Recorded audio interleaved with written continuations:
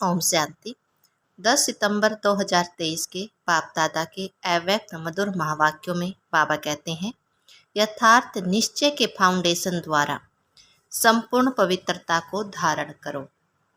आज बाप दादा देश विदेश चारों ओर के नए नए बच्चों को देख रहे थे, चाहे मधुबन में साकार रूप में आए हैं, चाहे आकार रूप में अपने अपने सेवा स्थान में आए हुए हैं।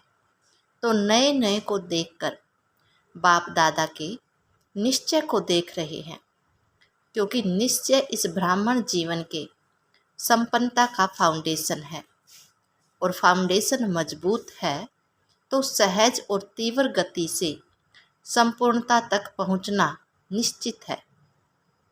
तो बाप दादा देख रहे थे कि निश्चय में भी भिन्न भिन्न प्रकार का है। जो यथार्थ निश्चय है कि मैं परमात्मा बाप का बन गया, स्वयं को भी आत्मा स्वरूप में जानना, मानना, चलना, और बाप को भी जो है वैसा जानना, ये यथार्थ निश्चय है।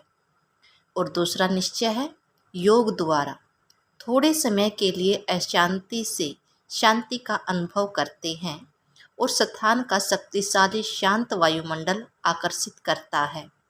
ब्राह्मण परिवार, ब्राह्मण आत्माओं का आत्मिक प्यार और पवित्रता की जीवन का प्रभाव पड़ता है।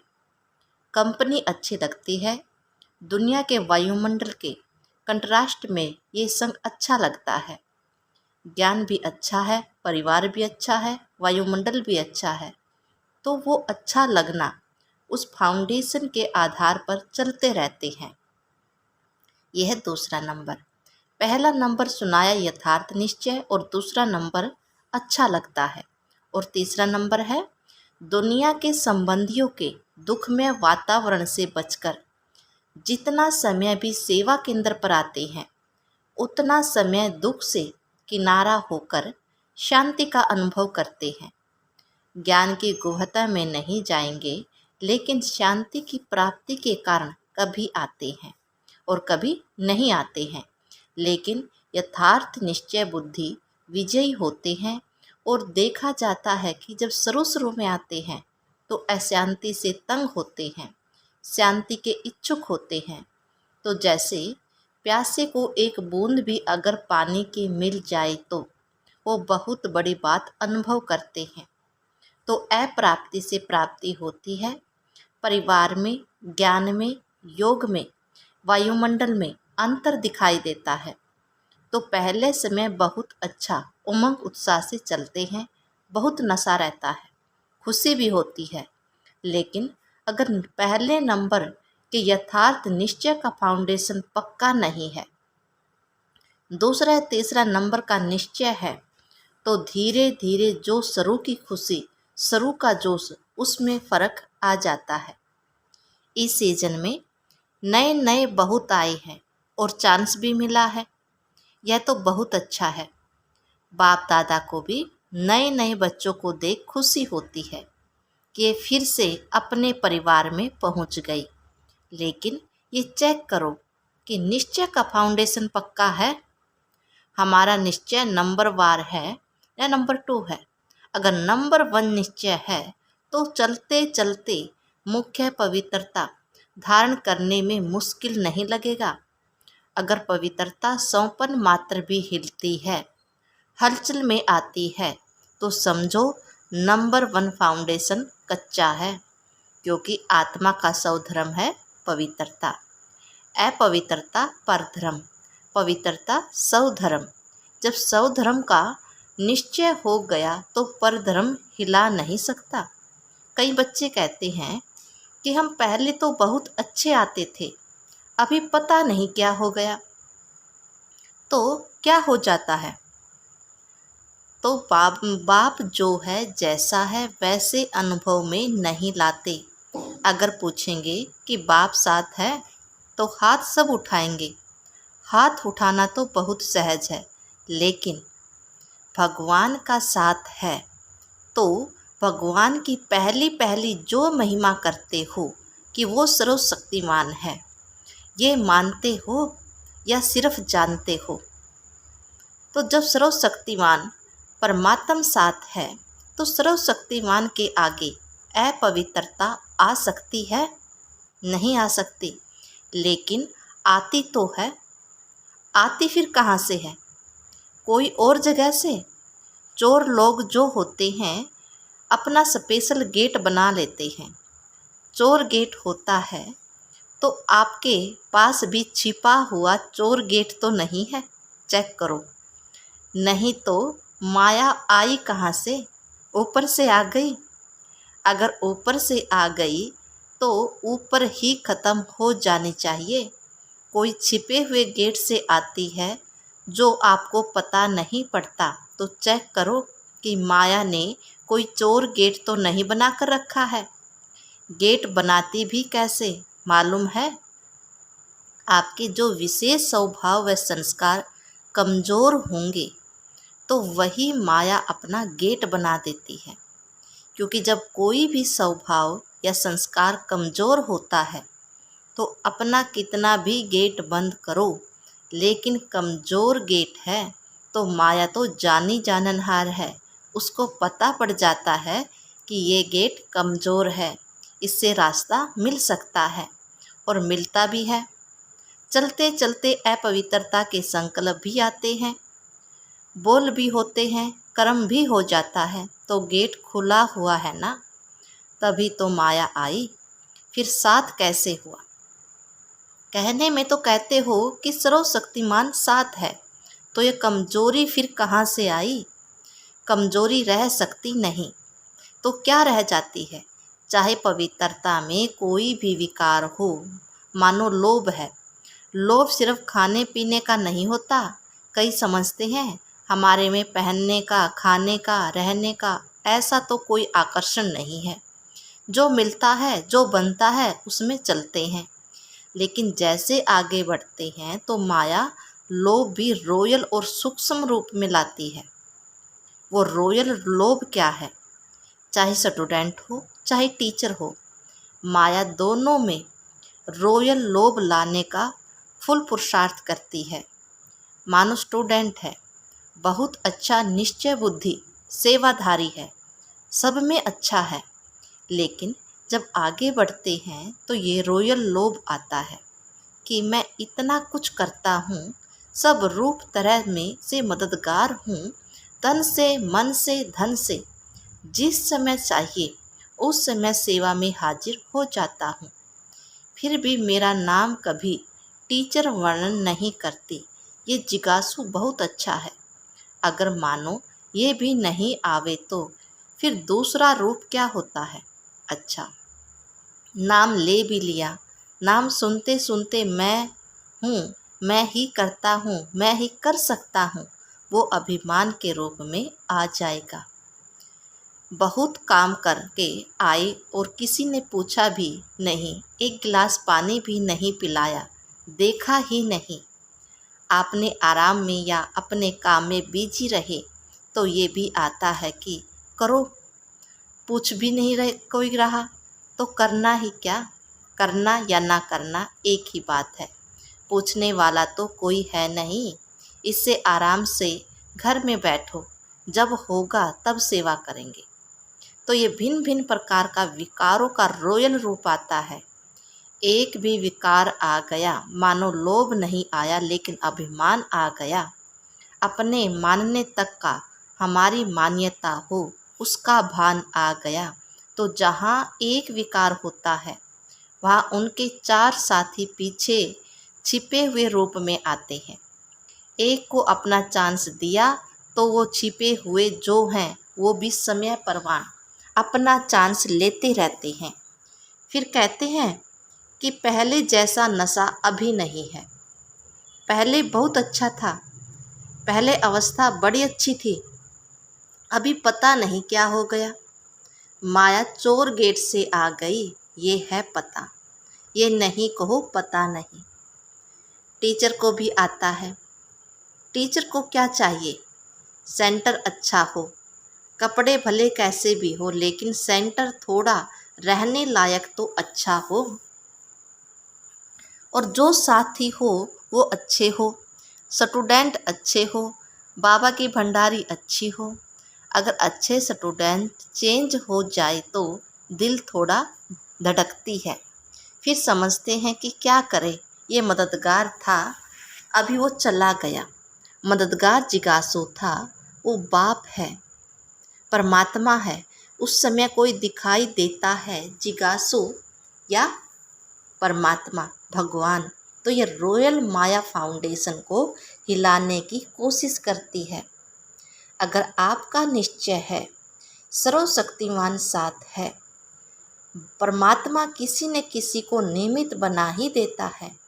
कई फिर सोचते हैं हमें कम से कम एक बार आबू की कॉन्फ्रेंस में या किसी बड़ी कॉन्फ्रेंस में चांस मिलना चाहिए।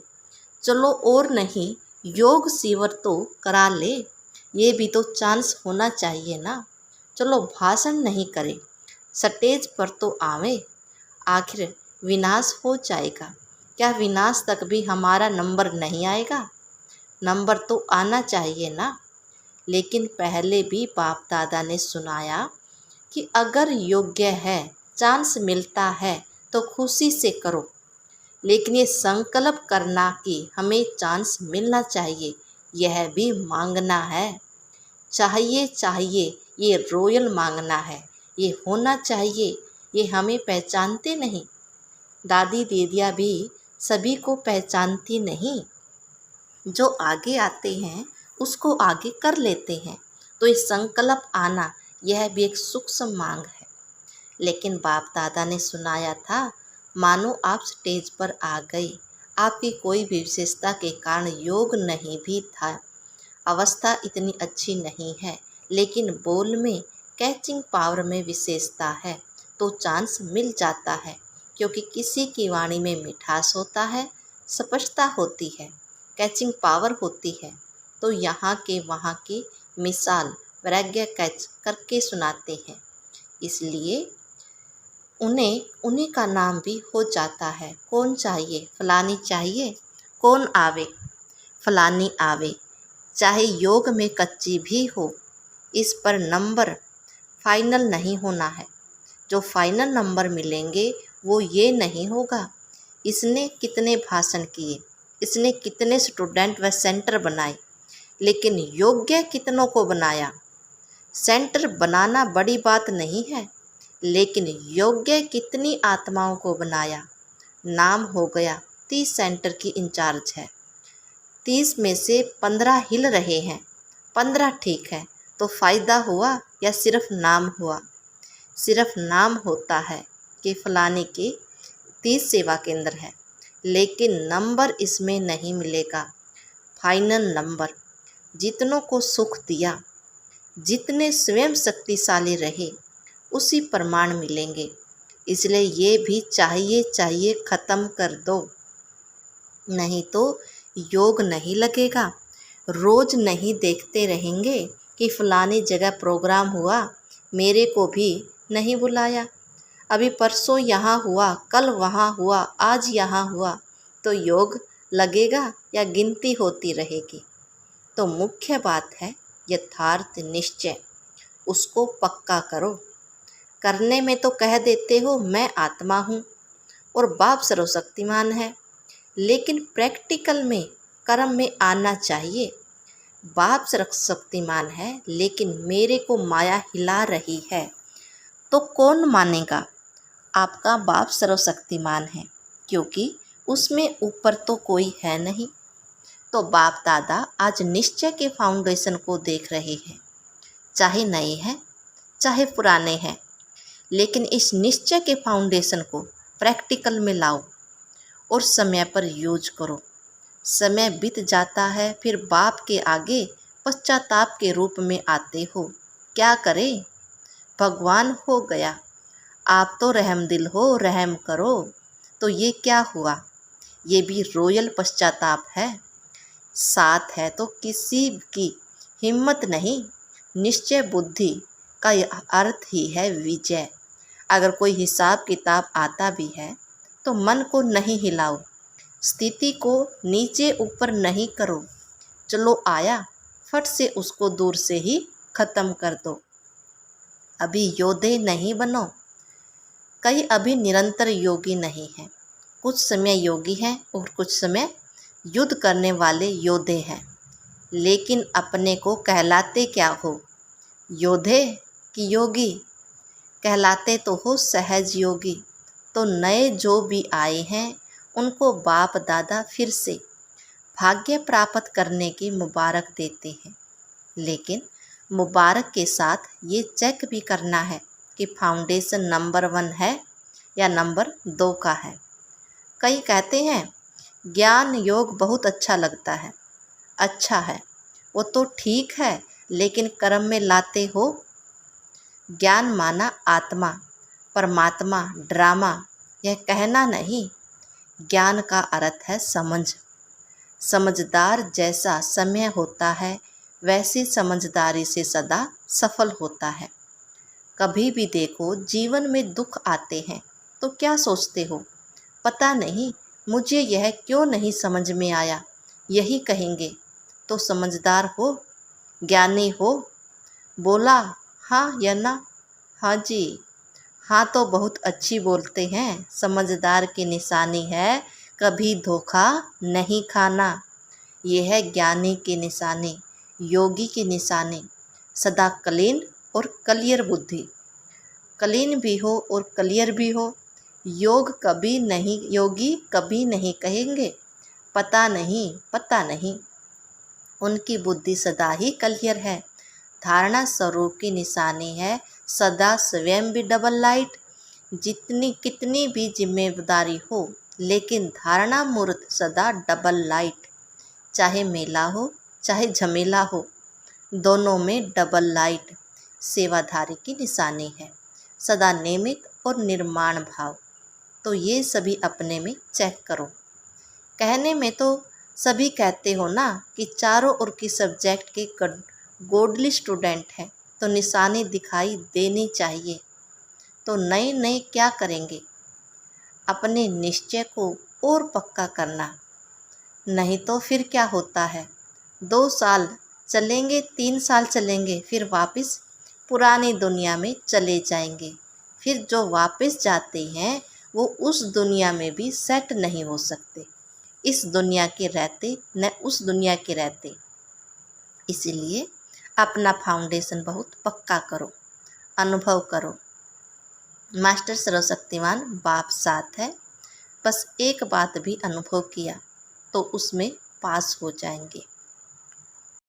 देखो आज का प्राइम मिनिस्टर है, उसके हाथ का भी नशा रहता है ना।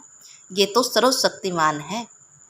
अच्छा, चारों ओर की सदा श्रेष्ठ भाग्यवान, भाग्य विदाता को अपना बनाने वाले, ऐसी श्रेष्ठ आत्माओं को सदा बाप दादा की नियमित श्रीमत को सुना और किया। ऐसे सर्वसपूत बच्चों को सदा सेवा में अचल रहने वाले, झमेला मुक्त और परमात्म मिलन मेले बनाने वाले सभी बच्चों को बाप दादा का याद प्यार और नमस्ते।